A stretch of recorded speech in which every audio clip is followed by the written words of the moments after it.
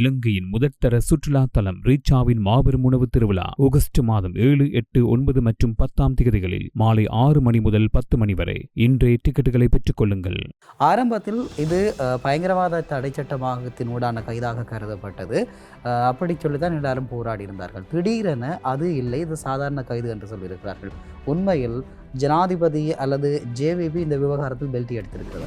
17ஆம் தேதி பிணை கிடைப்பதற்கான வாய்ப்புகள் அதிகம் என்ற ரீதியில் தான் பார்க்கப்படுகின்றது. ஏனெனில் ஜனாதிபதி தடுப்பு காவலுக்கான உத்தரவை கையொப்பம் வைக்கப்படவில்லை என்று இன்று சங்கீதனுக்காக மிகப்பெரிய போராட்டங்கள் இடம்பெறுகின்றது.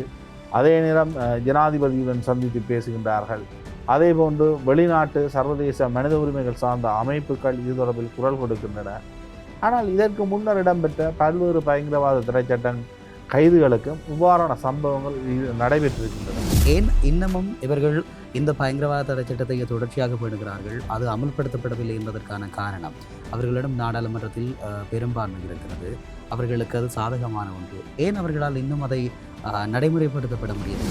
அமெரிக்காவில் பயங்கரவாத தடை சட்டம் இருக்கின்றது என்றால், அல்லது லண்டனில் அதாவது பிரித்தானியாவில் பயங்கரவாத தடை சட்டம் இருக்கின்றது என்றால், அங்கு ஒரு பயங்கரவாத செயற்பாட்டுக்கு எதிராகத்தான் அந்த சட்டம் பயன்படுத்தப்படும். இங்கு பாடல் பாடுவது, ஃபேஸ்புக்கில் பதிவிடுவது போன்றவற்றுக்கெல்லாம் சாதாரண சட்டங்கள் இருக்கின்ற பொழுது அதனை மீறி மிக கொடூரமான பயங்கரவாத தடை சட்டத்தின் கீழ் அந்த விசாரணைகளை முன்னெடுத்தார்கள். தமிழ் அரசியல்வாதிகளிடம் அதிகாரம் கிடையாது. அவர்கள் ஒரு அதிகாரமற்ற தரப்பு. 2009ஆம் ஆண்டுக்கு பின்பதாக 11 அரசியல் கைதிகள் சிறையில் கொல்லப்பட்டிருப்பதாக. வணக்கம், இது ஐபிசி தமிழ் இந்த ஒப்பீனியன். இந்த சமரசம் இல்லாத 360 பாகங்களுடைய நோக்கம்.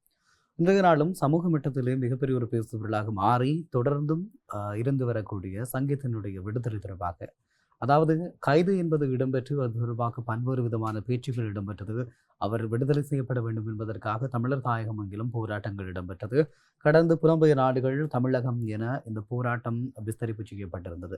இந்த நிலையில் இன்றைய நாளில் நீதிமன்றத்தில் ஆஜர்படுத்தப்பட்டிருக்கக்கூடிய நிலையில் அவருடைய பிணை தொடர்பான அறிவிப்பு எதிர்வருகின்ற 23ஆம் தேதி வழங்கப்படும் என நீதிமன்றம் கட்டளையிட்டிருப்பதாக அவருக்கு சார்பாக ஆஜராக இருக்கக்கூடிய சட்டத்தரணி குறிப்பிட்டிருக்கிறார்.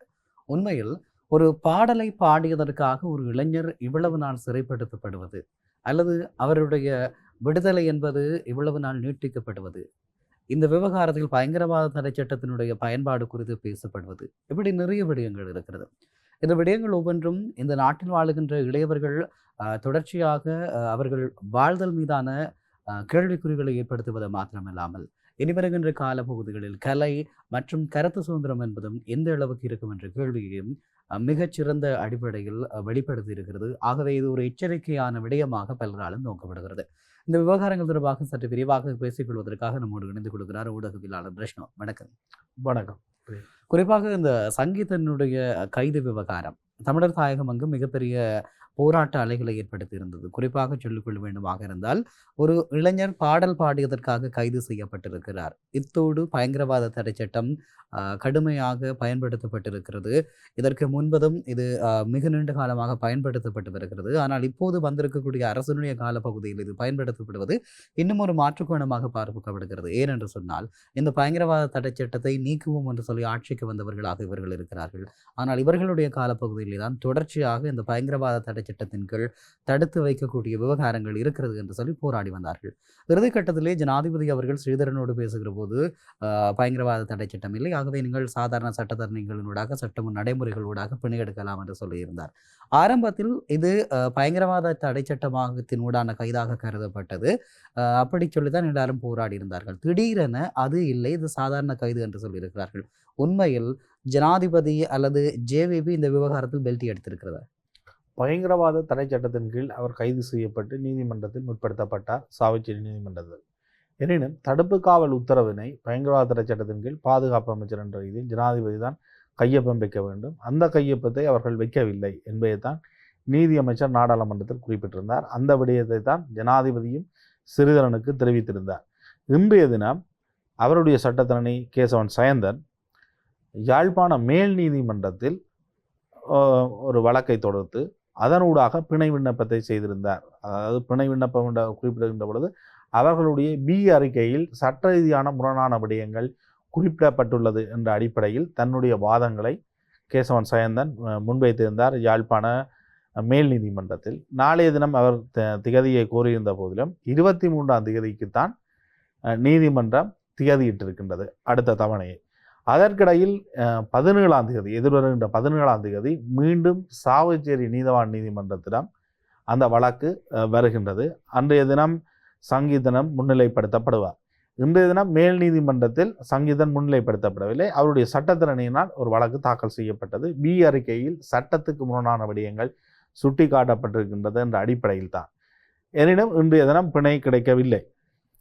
அதேபோன்று 17ஆம் திகதி பிணை கிடைப்பதற்கான வாய்ப்புகள் அதிகம் என்ற ரீதியில் தான் பார்க்கப்படுகின்றது. ஏனெனில் ஜனாதிபதி தடுப்பு காவலுக்கான உத்தரவை கையொப்பம் வைக்கப்படவில்லை என்று.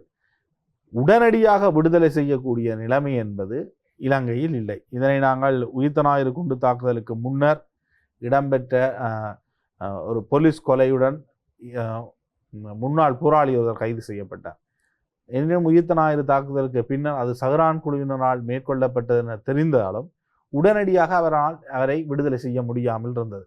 அதே போன்றுதான் அரசாங்கம் மக்களுடைய எதிர்ப்பு என்ற ஒரு காரணத்திற்காக தடுப்பு காவல் உத்தரவுக்கு ஜனாதிபதி கையொப்பம் வைக்காமல் இருக்கலாம். எனினும் அவர் எப்பொழுது பிணையில் வருவார் என்பது நீதிமன்ற உத்தரவை பொறுத்து தான் தெரிய வரும். ஆனால் இவ்வாறு கலைஞர்கள் கலை படைப்புகள் மீது பயங்கரவாத தடை சட்டத்தை பயன்படுத்துவது தொடர்பில் தமிழ் நாடாளுமன்ற உறுப்பினர்கள் நாடாளுமன்றத்தில் பல்வேறு விடயங்களை சுட்டிக்காட்டி பேசியிருக்கின்றார்கள். ஒருவருடைய கருத்து பயங்கரவாதமா என்ற அடிப்படையில் எல்லாம் கயந்திரமா தன்னுடைய உரையில் குறிப்பிட்டிருந்தார். அதே நேரம் தீபச்செல்வனுடைய புத்தக விவகாரம் எல்லாம் நாடாளுமன்றத்தில் பேசப்பட்டது. ஆனால் எங்களுக்கு தெரியும், இலங்கையில் தமிழ் மக்கள் இவ்வாறான விடயங்களை கையாளுகின்ற பொழுது பயங்கரவாத தடை சட்டத்தை எதிர்கொள்ள வேண்டிய தேவை ஏற்படும். சட்ட ரீதியில் எங்களுக்கு இது ஒரு பாதுகாப்பான நிலைமை இல்லை. இன்று சங்கீதனுக்காக மிகப்பெரிய போராட்டங்கள் இடம்பெறுகின்றது. அதே நேரம் ஜனாதிபதியுடன் சந்தித்து பேசுகின்றார்கள்.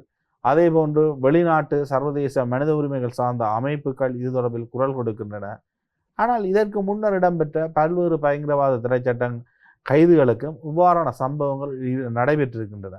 ஆனால் அதனால் அந்த கைது செய்யப்பட்டவர்களுடைய வழக்குகள் இல்லாமல் போனதா? இல்லை, வழக்குகள் இருக்கின்றன. அவர்களுக்கு தனிப்பட்ட ரீதியில் ஏற்படுகின்ற பாதிப்புகள் ஏற்படத்தான் போகின்றன. ஆகவே இந்த விவகாரத்தில் தனிநபர்களாக ஒவ்வொருவரும் இந்த விடயங்களை மேற்கொள்வதற்கு முன்னர் சுயபரிசோதனை செய்வது போன்று ஒரு சுய சிந்தனையை இந்த நாட்டில் இருந்து கொண்டு இந்த விடயங்களை மேற்கொள்ள முடியுமா என்ற அடிப்படையில் சிந்திக்க வேண்டும். அவ்வாறு ஒரு பயத்தை ஏற்படுத்துவதுதான் அரசாங்கத்தினுடைய நோக்கமாகவும் இருக்கின்றது, இல்லையா? குறிப்பாக நீங்கள் குறிப்பிடுகின்றது போல அஜந்தன் அவர்கள் கைது செய்யப்பட்டு தடுத்து வைக்கப்பட்டிருந்தார் பவுண்டதேவிலே 2 போலீசாருடைய கொலை விவகாரம் தொடர்பாக.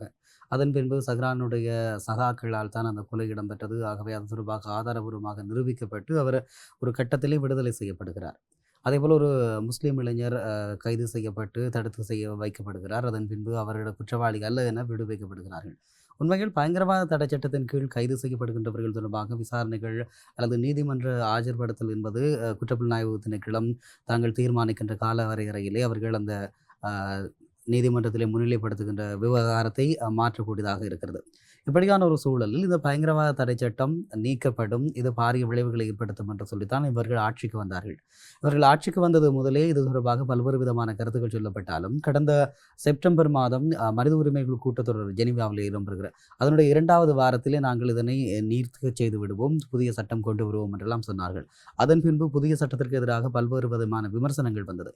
ஆனாலும் அந்த புதிய அரசை பயங்கரவாதத்திலிருந்து பாதுகாக்கின்ற சட்டம் என்பது அரசுக்கு சாதகமான ஒன்று. ஏன் இன்னமும் இவர்கள் இந்த பயங்கரவாத தடை சட்டத்தை தொடர்ச்சியாக பேணுகிறார்கள்? அது அமல்படுத்தப்படவில்லை என்பதற்கான காரணம் அவர்களிடம் நாடாளுமன்றத்தில் பெரும்பான்மை இருக்கிறது, அவர்களுக்கு அது சாதகமான ஒன்று. ஏன் அவர்களால் இன்னும் அதை நடைமுறைப்படுத்தப்பட முடியவில்லை? தமிழ் மக்கள் தரப்பிலே என்பிபியினுடைய தனிப்பட்ட பிரச்சனை அல்ல. இதற்கு முன்னர் நல்லாட்சி என்று சொல்லப்படுகின்ற ரணில் விக்ரமசிங்க மைத்ரி பாலசிறினுடைய ஆட்சி காலத்தின் பொழுது கூட அவர்களும் பயங்கரவாத தடை சட்டத்தை இல்லாமல் ஆக்குவோம் என்று கூறினார்கள். பிறகு பயங்கரவாதத்துக்கு எதிரான சட்டம் என்ற ஒரு சட்டமூலத்தை கொண்டு வந்தார்கள். அதற்கு மிகப்பெரிய ஒரு எதிர்ப்பு உருவானது, அதாவது சிவில் சமூக மட்டங்களில். அதனைத் தொடர்ந்து அந்த பயங்கரவாத தடை சட்டத்தை தொடர்ந்து நீடித்தார்கள். ஜிஎஸ்டி ப்ளஸ் சலுகை போன்ற விடயங்களுக்கெல்லாம் ஐரோப்பிய ஒன்றியத்துக்கு இவர்கள் வாக்குறுதி அளித்திருந்தார்கள். மனித உரிமைகள் பேணக்கூடிய அளவு, மனித உரிமைகள் மதிப்பளிக்கக்கூடிய அளவுக்கு தான் பயங்கரவாத தடை சட்டம் உருவாக்கப்படும் என்று. அதே நேரம் ஜெனீவா மனித உரிமை பேரவையிலும் தீர்மானத்திற்கு கூட இந்த பயங்கரவாத தடை சட்டத்தினுடைய பாதிப்பு தொடர்பில் எல்லாம் குறிப்பிடப்பட்டிருக்கின்றது. எது எப்படி இருந்தாலும் அரசாங்கமாக தங்களுடைய அரசியல் எதிரிகள் மீது ஒரு சட்ட ரீதியிலான கைதை மேற்கொள்வதற்கு, சட்ட ரீதியில் அவர்களை பயப்படுத்துவதற்கு பயங்கரவாத தடை சட்டம் போன்ற சட்டங்கள் அரசாங்கத்துக்கு தேவை. பயங்கரவாத தடை சட்டத்திலேயே மிகப்பெரிய மாற்றங்களை உருவாக்கிய காலப்பகுதி என்றால் ரணில் விக்ரமசிங்கே ஜனாதிபதியாக இருந்த காலம்தான். அந்த நேரத்தில் நீதியமைச்சராக இருந்த அலி சப்ரி அவர்கள் பயங்கரவாத தடை சட்டத்தில் ஒரு சில மாற்றங்களை ஏற்படுத்தியிருந்தார். நான் நினைக்கிறேன் 2022 காலப்பகுதி என்றிருக்கேன். அந்த மாற்றங்கள் என்பது மிகப்பெரிய ஒரு மாற்றமாக இருந்தது. அலி சப்ரி இருந்த காலத்தில் தான் அந்த மாற்றம் ஏற்படுத்தப்பட்டது. அது ஜனாதிபதி ரணிலா அல்லது கோட்டான தெரியவில்லை, கூடுதலாக ரணிலாக இருப்பதற்கு வாய்ப்பு. அப்படிப்பட்ட ஒரு காலப்பகுதியில் தான் மாற்றம் மேற்கொள்ளப்பட்டது. அதாவது ஒரு வருட காலத்தில் பிணை வழங்கக்கூடியது, குற்ற ஒப்புதல் வாக்குமூலத்தின் அடிப்படையில் தீர்ப்பு கொடுக்க முடியாது போன்ற விடயங்கள், அதே போன்று மனித உரிமை ஆணைக்குழு சென்று அங்கு பார்வையிட முடியும் போன்ற விடயங்கள் எல்லாம் மாற்றத்துக்கு ஒரு நல்ல சாதகமான நிலைமைகளாக இருந்தது. எனினும் பயங்கரவாத தடை சட்டம் என்பது நாட்டில் கைது செய்யப்படுகின்றவர்களுடைய அடிப்படை உரிமைகளை மீறுகின்ற ஒரு சட்டம்தான். தற்பொழுது என்பிபியினர் தொடர்ச்சியாக ஆட்சியை நீடிக்கின்ற பொழுது, பொருளாதார ரீதியில் ஒரு பாதிப்பு ஏற்படுகின்ற பொழுது, மக்கள் ஆட்சியாளர்களுக்கு எதிராக மீண்டும் ஒரு அறகலை போன்ற ஒரு நிலைமை தோற்றம் பெறக்கூடாதென்றால் அதற்கு பயங்கரவாத தடை சட்டம் தேவைப்படுகின்றது. அதே போன்று ஒன்லைன் சேஃப்டி, அந்த நிகழ்நிலை காப்பு சட்டம் தேவைப்படுகின்றது. இவ்வாறான சட்டங்களின் ஊடாகத்தான் இளைஞர்களாக இருக்கலாம், சமூக அமைப்புகளாக இருக்கலாம், அவர்கள் ஒன்றிணைந்து கலை வடிவிலோ ஏதாவது ஒரு வடிவில் எல்லோரையும் ஒன்றிணைக்கின்ற முயற்சிகளை மேற்கொள்வதை தடுப்பதற்கு இவ்வாறான சட்டமூலங்கள் அரசாங்கத்துக்கு இன்றியமையாதது. அரசாங்கமாக என்பிபியினருக்கு இந்த சட்டத்தை தொடர்ந்து கொண்டு செல்ல வேண்டிய தேவை இருக்கின்றது. அவர்கள் ஆட்சியை பிடிப்பதற்கு கூறிய வாக்குறுதிகள் அனைத்தையும் மேற்கொள்வார்கள் இல்லை. இன்று தங்களுடைய ஆட்சியை தொடர்ந்து தக்க வைப்பதற்கு இந்த சட்டமூலங்கள் கட்டாயமாக அவர்களுக்கு தேவைப்படுகின்றது. வாக்குறுதிகளை மீறி அவர்கள் நடக்கின்றார்கள், அதில் மாற்றமில்லை. தற்பொழுது கூட சில என்பிபி உறுப்பினர்கள் குறிப்பிடுகின்றார்கள், நாங்கள் இந்த சட்டத்தை மாற்றுவதற்கு முன்மொழிவுகளை முன்வைத்தோம் என்று. இந்த சட்டத்தை மாற்றுவதல்ல தமிழ் மக்களினுடையதோ தென்னிலங்கையினுடைய பிரச்சனை என்பது. மனித உரிமை சார்ந்து இந்த சட்டத்தை மாற்றுவது என்பது, இந்த சட்டத்தில் இருக்கின்ற உள்பிரிவுகள் மோசமானதாக இருக்கின்றது. அந்த பிரிவுகள், அது போன்ற சட்டங்கள், அது போன்ற சொல்லாடல்கள் மீண்டும் இருக்கக்கூடாது. சட்ட ரீதியில் என்னென்ன பாதிப்புகள் இதனால் ஏற்படுமோ அதே பாதிப்புகள் இன்னும் ஒரு சட்டத்தின் ஊடாக வருமென்றால் இந்த சட்டமே இருக்க முடியும். தற்பொழுது அரசாங்கத்தை பாதுகாப்பதற்காக பயங்கரவாதத்திலிருந்து அரசை பாதுகாக்கின்ற சட்டமூலத்திலும் இந்த தற்பொழுது இருக்கின்ற பயங்கரவாத தடை சட்டத்துடன் ஒப்பீடு செய்கின்ற பொழுது அது இன்னும் ஒரு பயங்கரவாத தடை சட்டத்தின் ஒரு பாதிப்பின் சில விடயங்களில் எல்லை தாண்டிய அதிகாரத்தை ஜனாதிபதிக்கு கொடுக்கின்றது, படைத்தரப்பினருக்கு கொடுக்கின்றது, பாதுகாப்பு அமைச்சுக்கு கொடுக்கின்றது. இந்த விடயங்கள் என்பன தொடர்ந்து நீடிக்கும் என்பதைத்தான் காட்டுகின்றார்கள். அதனை விட இலங்கை போன்ற நாடுகளில் இருக்கின்ற மிகப்பெரிய பிரச்சனை என்பது, எல்லா நாடுகளிலும் பயங்கரவாத தடை சட்டம் என்பது இருக்கு. அந்த சட்டங்களுக்கும் இலங்கை போன்ற நாட்டுக்கும் இருக்கின்ற பிரச்சனை என்பது, இலங்கை போன்ற ஒரு நாடு அரசியல் கலாச்சாரம் என்பது எல்லா சந்தர்ப்பங்களிலும் அந்த சட்டத்தை பயன்படுத்துவது. அமெரிக்காவில் பயங்கரவாத தடை சட்டம் இருக்கின்றது என்றால், அல்லது லண்டனில் அதாவது பிரித்தானியாவில் பயங்கரவாத தடை சட்டம் இருக்கின்றது என்றால், அங்கு ஒரு பயங்கரவாத செயற்பாட்டுக்கு எதிராகத்தான் அந்த சட்டம் பயன்படுத்தப்படும். இங்கு பாடல் பாடுவது, ஃபேஸ்புக்கில் பதிவிடுவது போன்றவற்றுக்கெல்லாம் சாதாரண சட்டங்கள் இருக்கின்ற பொழுது அதனை மீறி மிக கொடூரமான பயங்கரவாத தடை சட்டத்தின் கீழ் அந்த விசாரணைகளை முன்னெடுப்பார்கள். இந்த அரசியல் கலாச்சாரம் தான் இங்கு பயங்கரவாத தடை சட்டம் மிகவும் கொடூரமாக இருக்கக்கூடாது, மனித உரிமைகள் மதிக்களிக்கப்பட வேண்டும் என்ற கோரிக்கை உயர்வாக வருவதற்கு காரணமாக இருக்கின்றது. இந்த அரசியல் கலாச்சாரம் மாறி இந்த பயங்கரவாத தடை சட்டம் இருக்கின்ற பொழுது இந்த சட்டம் எல்லா சந்தர்ப்பங்களிலும் பயன்படுத்தப்பட மாட்டாத ஒரு நிலைமை இருக்குமானால் யாருக்கும் ஒரு பிரச்சனையாக இருக்க போவது கிடையாது இல்லையா? நிச்சயமாக நீங்கள் குறிப்பிடுகின்றது போல அந்த மாற்றம் ஒன்றுக்காகத்தான் மக்கள் வாக்களித்திருந்தார்கள். அந்த மக்களினுடைய எதிர்பார்ப்பும் இப்போது வீணாக்கப்பட்டிருக்கிறதா என்ற கேள்வியும், அல்லது இஞ்சி கொடுத்து மிளகு வாங்கி இருக்கக்கூடிய ஒரு நிலைமை இலங்கை மக்கள் பெற்றிருக்கிறார்கள். முழுமையான ஒரு தோல்வி அல்லது மக்களுக்கு அந்த மாற்றம் கிடைக்கவில்லை என்று இல்லை. முதல் இருந்த ஆட்சியாளர்களுடன் ஒப்பிடுகின்ற பொழுது தற்பொழுது இருக்கின்ற ஆட்சியாளர்களில் ஊழல் குற்றச்சாட்டுகள் குறைவு. அதற்காக இந்த அரசாங்கத்தின் மீது ஊழல் குற்றச்சாட்டு இல்லை என்று நான் கூறவில்லை. ஊழல் குற்றச்சாட்டுகள் இருக்கின்றன. அதனால் எரிசக்தி அமைச்சர் பதவியில் இருக்கின்றார், அதில் எனக்கு மாற்று கருத்தில்லை. ஆனால் ஒப்பீட்டளவில் இவர்களிடம் ஒரு எளிமை இருக்கின்றது. இவர்கள் இப்பத்தான் புதிதாக பதவிக்கு வந்திருக்கின்றார்கள். இவர்கள் மீது இருக்கின்ற மக்களுக்கான அந்த கவர்ச்சி என்பது இல்லாமல் இல்லை. நீங்கள் குறிப்பிடுகின்றது போல அவர்களிடம் எளிமை இருக்கிறது அல்லது ஊழல் குற்றச்சாட்டுகள் குறைவு என்றாலும் கூட இவர்களுடைய ஆட்சி முடிந்த பின்புதான் இது தொடர்பான முழுமையான தரவுகளை எதிர்க்கட்சிகளோ அல்லது அடுத்து வருகின்ற அரசுகளோ கிண்டக்கூடிய வாய்ப்பு. அடுத்து ஒரு தரப்பு வருவதற்கான வாய்ப்போ அதுக்கான ஒரு பார்வையோ கிடையாது. தற்பொழுது தெரிந்த வகையில் இதற்கு முன்னர் ஆட்சியில் இருந்த தரப்புகள் தான் அதிகாரத்தை மீண்டும் பிடிப்பதற்கு துடிக்கின்றார்கள். ஆகவே அவர்களுடன் ஒப்பிடுகின்ற பொழுது இவர்கள் பரவாயில்லை என்ற நிலைமைதான் தற்பொழுது இருக்கின்றது இல்லையா? நிச்சயமாக அப்படியான ஒரு நிலைமை இருக்கிறது. குறிப்பாக கருத்து சுதந்திரம் என்கின்ற விவகாரங்களில் எல்லாம் தொடர்ச்சியான மிகப்பெரிய அடக்குமுறைகள் இருந்தது. ஆனால் கடந்த காலங்களுடன் ஒப்பிடுகின்ற பொழுது தற்காலத்தின் அதற்கான சூழல் மிகப்பெரிய அளவு இன்னும் ஒரு கொடூரமான எல்லையை தாண்டவில்லை என்று நாங்கள் பார்க்கலாம். ஒரு விடயம் மிக தெளிவாக புரிந்து கொள்ள வேண்டும். அதாவது ஒரு ஓர்மத்தையும் அல்லது மக்களுடைய போராட்ட உணர்வுகளையும் தொய்விலை விடுகிற போது அவர்கள் தொடர்ச்சியாக போராட மாட்டார்கள். இதுவும் அவர்களுடைய ஒரு விதமான நோக்கமாக இருக்கலாம் அல்லது உத்தியாக இருக்கலாம். இதையெல்லாம் கடந்து நாங்கள் எப்போதுமே அவர்களை பற்றி பேசுவதற்கு அப்பால் எங்களுக்குள்ளே இருக்கக்கூடியவர்களையும் பேச வேண்டும். குறிப்பாக எங்களுடைய இந்த சங்கீதனுக்காக போராடி இருக்கிறார்கள். எங்களுடைய தலைவர்கள் நாடாளுமன்றத்தில் பேசியிருக்கிறார்கள். ஒருபடி மேலே சென்று ஸ்ரீதரன் அவர்கள் ஜனாதிபதியோடு பேசினார். ஜனாதிபதி சந்திரசேகரனுடனும் இளங்குமரனுடனும் பேச சொன்னதாக பேசினார் நாடாளுமன்றத்தில். இந்த காணொலிகள் எல்லாம் மிகப்பெரிய அளவில் பூதாகரமாக இப்போது பேசப்பட்டு கொண்டிருக்கிறது. ஆனால் இந்த கைதுகள் தொடர்பாக எங்களுடைய பக்கமாக எங்களை வழிநடத்துகின்ற அரசியல் தலைவர்கள் கொண்டிருக்கக்கூடிய நிலைப்பாடு என்பது மிக காத்திரமானதாக இருக்கிறதா? உதாரணத்துக்கு இந்த அரசியல் கைதிகளுடைய விடுதலை தொடர்பாக இவர்கள் பேசுவது பரிபூரணமானதாக இருக்கிறதா என்ற ஒரு கேள்வி இருக்கிறது. கடந்த 2009ஆம் ஆண்டுக்கு பின்பதாக 11 அரசியல் கைதிகள் சிறையில் கொல்லப்பட்டிருப்பதாக இது தொடர்பாக செயற்பாட்டில் இருக்கக்கூடிய குரலற்றவர்களின் குரல் அமைப்பினுடைய ஒருங்கிணைப்பாளர் கோமகன் அவர்கள் ஒரு குற்றச்சாட்டை முன்வைக்கிறார். ஆனால் தான் போராடுகின்ற இந்த சூழலில் அரசியல் தலைவர்கள் தங்களுக்கு போதுமான ஆதரவை தரவில்லை என்றும் குறிப்பிடுகிறார். தமிழ் அரசியல்வாதிகளிடம் அதிகாரம் கிடையாது. அவர்கள் ஒரு அதிகாரமற்ற தரப்பு. தமிழினத்துக்கு தலைமை தாங்குகின்றார்கள் என்பது தமிழ் மக்களுடைய பிரதிநிதிகளாக இருக்கின்றார்கள். அவர்கள் நினைத்தவுடன் இலங்கையில் எந்த மாற்றங்களும் இடம்பெறப் போவது கிடையாது. அவர்கள் இந்த போராட்ட நிலைமை அடுத்த கட்டத்துக்கு கொண்டு செல்ல முடியும், சர்வதேச சமூகத்திற்கு சொல்ல முடியும். அதனை கடந்து அவர்களால் உத்தரவு வழங்க முடியுமா? அது அரசாங்கத்தினுடைய. நீங்கள் குறிப்பிடுவது போல அவர்களால் உத்தரவு வழங்க முடியாது. ஆனால் அந்த மாற்றங்களை ஏற்படுத்தலாம் அல்லது நீங்கள் சொன்னது போல சர்வதேச சமூகத்திற்கு எந்த அளவுக்கு இது இருக்கிறது? எத்தனை போராட்டங்களை ஒருங்கிணைத்திருக்கிறார்கள் எங்களுடைய தமிழர் அரசியல் தரப்பில் இருக்கக்கூடிய முக்கியமான கட்சி தரப்புகள் என்ற ஒரு கேள்வி இருக்கிறது. போராட்டங்களை ஒருங்கிணைக்கின்றார்கள் என்று நாங்கள் கூறலாம். தொடர்ச்சியாக தமிழினம் தொடர்ந்து போராடுவதற்கு தயாராக இருக்கின்றதா என்ற ஒரு கேள்வியையும் நாங்கள் நோக்க வேண்டும். சாதாரணமாக போராட்டங்கள் முடிவடைவது கிடையாது.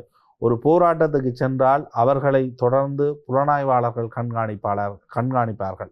அதன் பின்னர் அவர்கள் தனிப்பட்ட ரீதியில் தான் அந்த பாதிப்புகளை எதிர்நோக்குவார்கள்.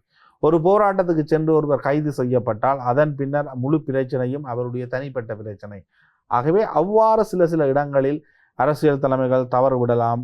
சில நேரம் அவ்வாறான போராட்டங்கள் தொடர்ந்து முன்னெடுக்கப்படுகின்ற பொழுது அதற்கு மக்களுடைய ஆதரவு எந்த அளவு தூரம் இருக்கும் என்ற கேள்விகள் எல்லாம் இருக்கின்றது. இன்றைய பொருளாதார ரீதியான பாதிப்புகள் மத்தியிலும் தமிழ் தலைவர்கள் தங்களுடைய பணியினை மிகச் சரியாக குற்றம் சாட்டுக்கள் முன்வைக்காத அளவுக்கு மேற்கொள்ளுகின்றார்கள் என்று நான் சொல்லவில்லை.